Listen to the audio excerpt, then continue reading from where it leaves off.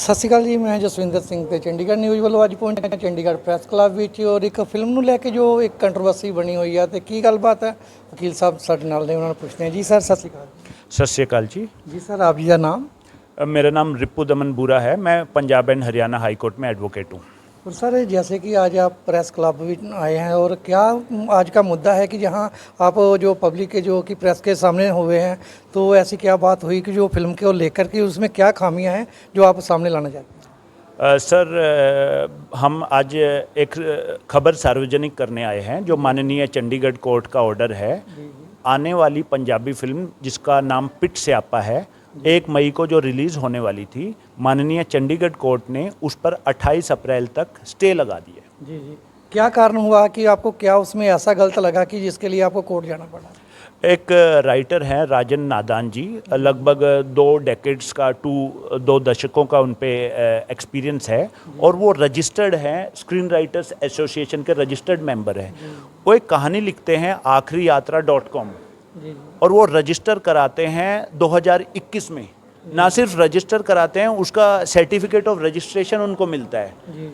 उस कहानी का मेन थीम और प्लॉट जो है वो एक फ्यूनरल सर्विसेज का बिजनेस थी। तो पिट स्यापा जो आने वाली पंजाबी मूवी है, इसका ट्रेलर रिलीज़ होता है 27 मार्च 2026 को।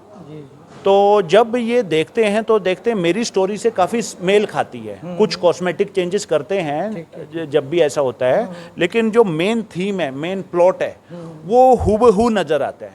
तो मेरे द्वारा राजन नादान जी मेरे पास आते हैं और बोलते हैं ऐसी ऐसी बात है। तो फिर इनके कहने पे मैं लीगल नोटिस सर्व करता हूँ पिट स्यापा के मेकर्स को। उनका प्रोडक्शन हाउस का नाम है मूवी टनल प्रोडक्शंस, और बाकी जो डायरेक्टर प्रोड्यूसर्स हैं उनको मैंने लीगल नोटिस भेजा 1 अप्रैल 2026 को।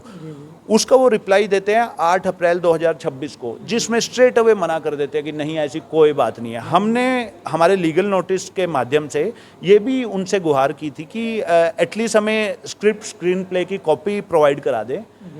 वो मना कर देते हैं ऐसा कुछ भी करने से। तो उसके लीगल नोटिस के रिप्लाई के बाद हमारे साथ उनका कोई कम्युनिकेशन नहीं हुआ। फिर मजबूरन जब हमें दिखता है कि कोई और रास्ता नहीं है, तो हमने माननीय चंडीगढ़ कोर्ट का दरवाज़ा खटखटाया न्याय की गुहार लगाते हुए। और पिछले शनिवार को, लास्ट सैटरडे, हमारी बड़ी गहनता के साथ सुनवाई करके जज साहब ने इस फिल्म पे जो हमारी इंटरिम एप्लीकेशन थी स्टे के रिगार्डिंग, वो अलाउ कर दी। तो 28 अप्रैल 2026 जो अगली डेट है, उस तक इस मूवी पर स्टे लग चुका है पिट स्यापा। रिलीज की डेट सर 1 मई 2026 है। अभी फिल्म मेकर्स के कोर्ट में बॉल है, देखते हैं वो क्या करते हैं, वो उनका क्या रुख अपनाते हैं, और उसके बाद माननीय कोर्ट के विजडम पे है वो क्या।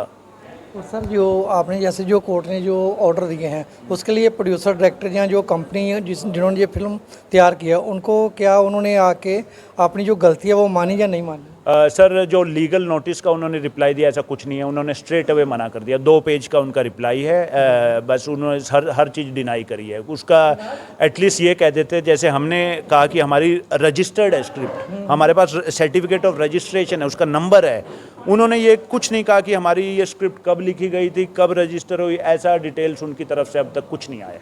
तो अगर जैसे आपने 28 अप्रैल बोली है, तो 28 अप्रैल को अगर वो जो अभी अपनी कंपनी का दावा कर रहे हैं पिट स्यापा का, अगर वो नहीं आते तो नेक्स्ट स्टेप क्या होगा? सर अब उनका थॉट प्रोसेस क्या है मैं नहीं कह सकता, उनके दिमाग में क्या चल रहा है। हम तो we are just hoping for the best, है ना। हम तो ये मान रहे हैं कि भगवान उनको भी सद्बुद्धि दे, है ना। हमारा किसी से ना दुश्मनी है, ना किसी से द्वेष है, ना फिल्म से, ना फिल्म मेकर से। हम अपना हक लेने के लिए कोर्ट में जा रहे हैं, और माननीय कोर्ट ने वो पहली राहत जो रिलीफ हम सीख कर रहे थे वो अलाउ किया, और हम माननीय कोर्ट का तहे दिल से थैंक यू करते हैं। और हमें आगे भी उम्मीद है, हमें इस देश की न्याय व्यवस्था पे पूरा भरोसा है, और हमें उम्मीद है कि छोटे राइटर्स के हितों को भी माननीय कोर्ट प्रोटेक्ट करेगा, चाहे सामने कितना ही बड़ा प्रोडक्शन हाउस क्यों ना हो। और सर एक छोटी सी बात में आएगा, पिक्चर का ही एक थोड़ा सा वर्जन सामने ला के एक उदाहरण लाना चाहता हूँ। जैसे टाइगर जो वंडर कार एक फिल्म आई थी, उसमें भी ऐसा होता है कि जैसे वो कार बनाते हैं, उसको सैंपल देखते हैं, उसका कॉपीराइट खुद ले लेते हैं, जैसे उसकी कॉपी कर लेते हैं। तो क्या ऐसी सिचुएशन जहाँ हुई थी कि कहानीकार अपनी कहानी सुनाने गया था तो उनकी कहानी को कॉपी पेस्ट किया गया? सर आपको उससे भी एक जानी मानी फिल्म का मैं एक एग्जांपल दे देता हूँ। 3 इडियट्स आई थी आमिर खान की। तो 3 इडियट्स आपको अगर जानकारी हो, चेतन भगत की एक बुक पे बनी हुई है, लेकिन जो विदु विनोद चोपड़ा उसके प्रोड्यूसर है, जो उनका प्रोडक्शन हाउस है, उन्होंने चेतन भगत जी से वो राइट्स खरीदे थे।